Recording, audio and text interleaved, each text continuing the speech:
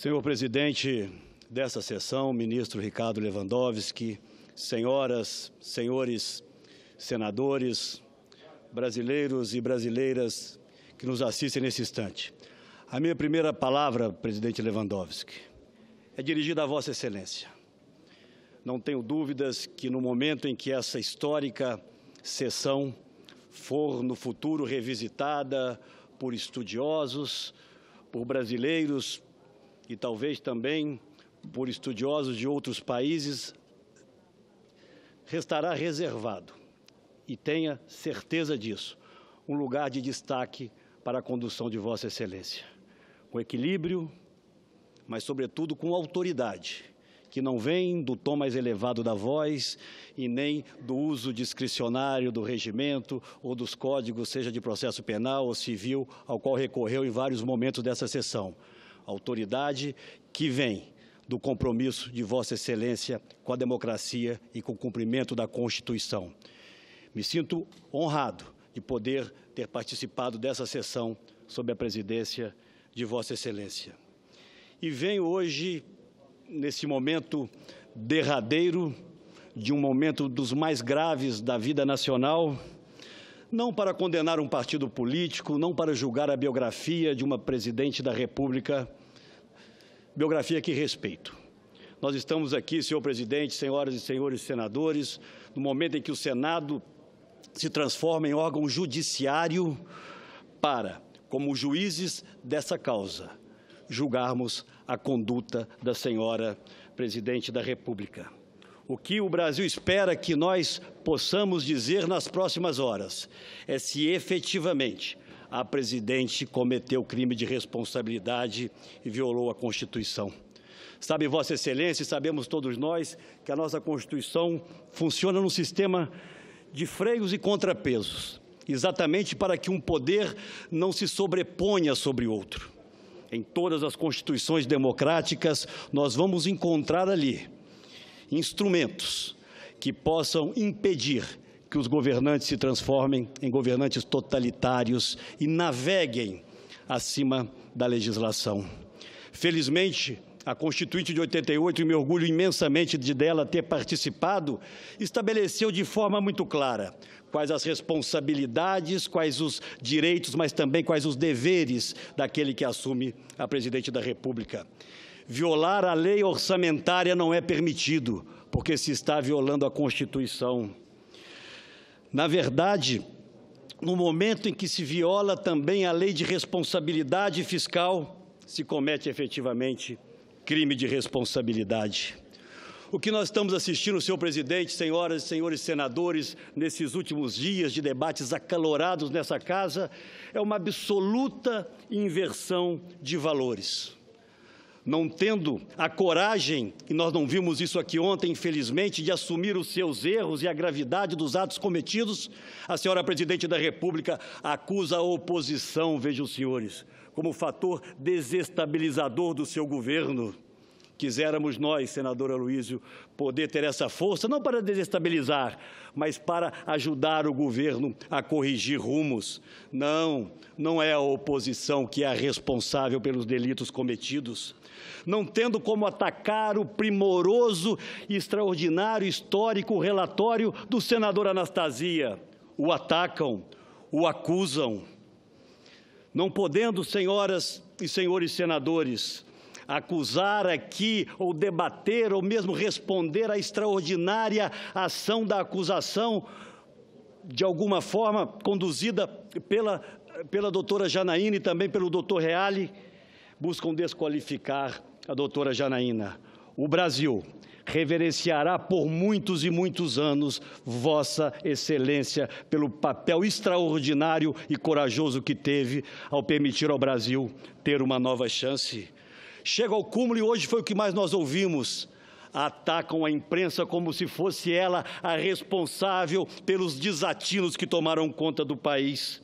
E, por último, ao não terem argumentos para confrontar o trabalho precioso e extremamente qualificado do procurador do Tribunal de Contas, Júlio Marcelo, buscam atacá-lo, o denunciam, mas nada superará a verdade. Absolutamente nada falará mais alto do que os autos que aqui hoje estamos julgando.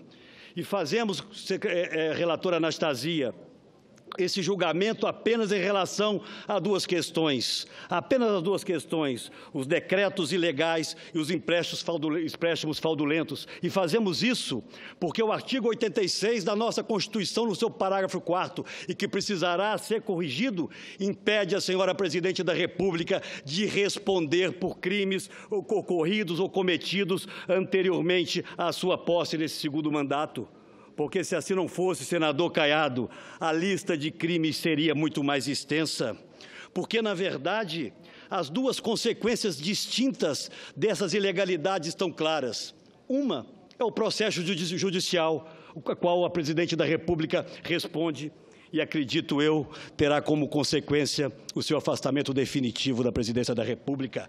Mas existe uma outra consequência, muito mais perversa e danosa, e sobre ela o senador Cássio aqui hoje já discorreu. A consequência desses atos ilegais foi a perda de credibilidade do país, foi o aprofundamento da crise econômica com seus reflexos na vida cotidiana dos brasileiros.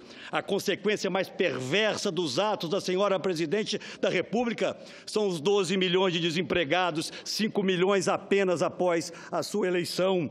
São 60 milhões de brasileiros com suas prestações atrasadas, as 8 milhões de famílias que retornam às classes D e E. São os cortes nos programas sociais do governo, o programa de creches em 90%, Minha Casa Minha Vida em mais de 70%. A face mais perversa desses crimes cometidos está na inflação de alimentos de mais de 16%, senadora Amorim, apenas nos últimos 12 meses.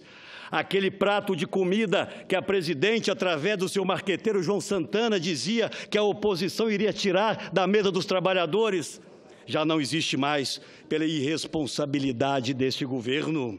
Me lembro que na campanha de 2014, em inúmeros debates, apontei à Presidente que a inflação estava renitente e continuaria a subir.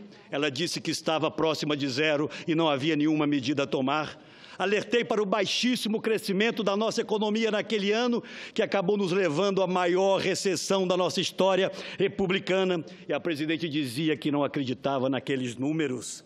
Disse a Presidente no dia 20 de outubro, a uma semana da eleição, que as pedaladas fiscais que ela estava patrocinando eram crime de responsabilidade e ela ainda iria responder por aquilo. Ela desdenhou. Porque existia algo que prevalecia, existia no grupo que governava o país uma prioridade acima de qualquer outra, vencer as eleições, e por isso se apoderaram do Estado Nacional, com a sensação da impunidade de estarem acima da lei. Pois bem, o tempo passou e a resposta está aí. Foram os brasileiros, sim, que nas ruas disseram que esse governo não tinha mais legitimidade para nos governar, porque venceu as eleições com inverdades e com ilegalidades e continuou governando, cometendo crimes. Agora, é hora de nós olharmos para frente. Temos generosidade para com os brasileiros, principalmente aqueles que menos têm, e pensarmos no dia de amanhã, no dia seguinte. O Brasil precisa de um conjunto de reformas estruturantes que demandarão do próximo governo coragem, ousadia e determinação. Nós estaremos ao seu lado para construir no Brasil, a partir dessa nova agenda, um tempo de esperança, um tempo de confiança. Portanto, senhor Presidente, senhoras e senhores senadores, não é um dia feliz para nenhum brasileiro. Mas eu vou para a minha casa nessa madrugada, presidente Lewandowski, absolutamente tranquilo, como um brasileiro que se dispôs a disputar as eleições, perdeu as eleições, aceitou, ao contrário do que dizem, sim, o resultado das eleições, mas não que as ilegalidades continuassem a ser produzidas e patrocinadas por esse governo. Hoje, o Brasil pode dizer, sim, temos democracia, sim, respeitamos a Constituição e vamos punir quem não a respeitou. O que vai ficar de todo esse episódio é um país mais forte, mais respeitado interna e internacionalmente, porque cumpriu a lei e, por isso, Claro, com a palavra o senador para terminar. Concluir, não costumo ultrapassar o tempo, mas dessa vez agradeço a Vossa Excelência. O que vai ficar de tudo isso?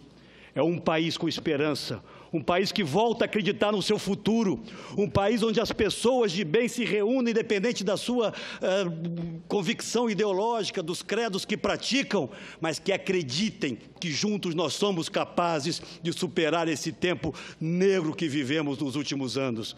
Pois bem, a minha palavra final é de agradecimento aos milhões e milhões de brasileiros que vêm nos acompanhando nessa jornada. E a eles, especialmente aos brasileiros, uma palavra de confiança e de esperança. Vamos juntos e vamos permitir que o Brasil e os brasileiros escrevam uma nova história, ética, honrada e competente, onde a verdade e apenas ela prevaleça na boca e na voz dos seus governantes. Muito obrigado, senhor presidente.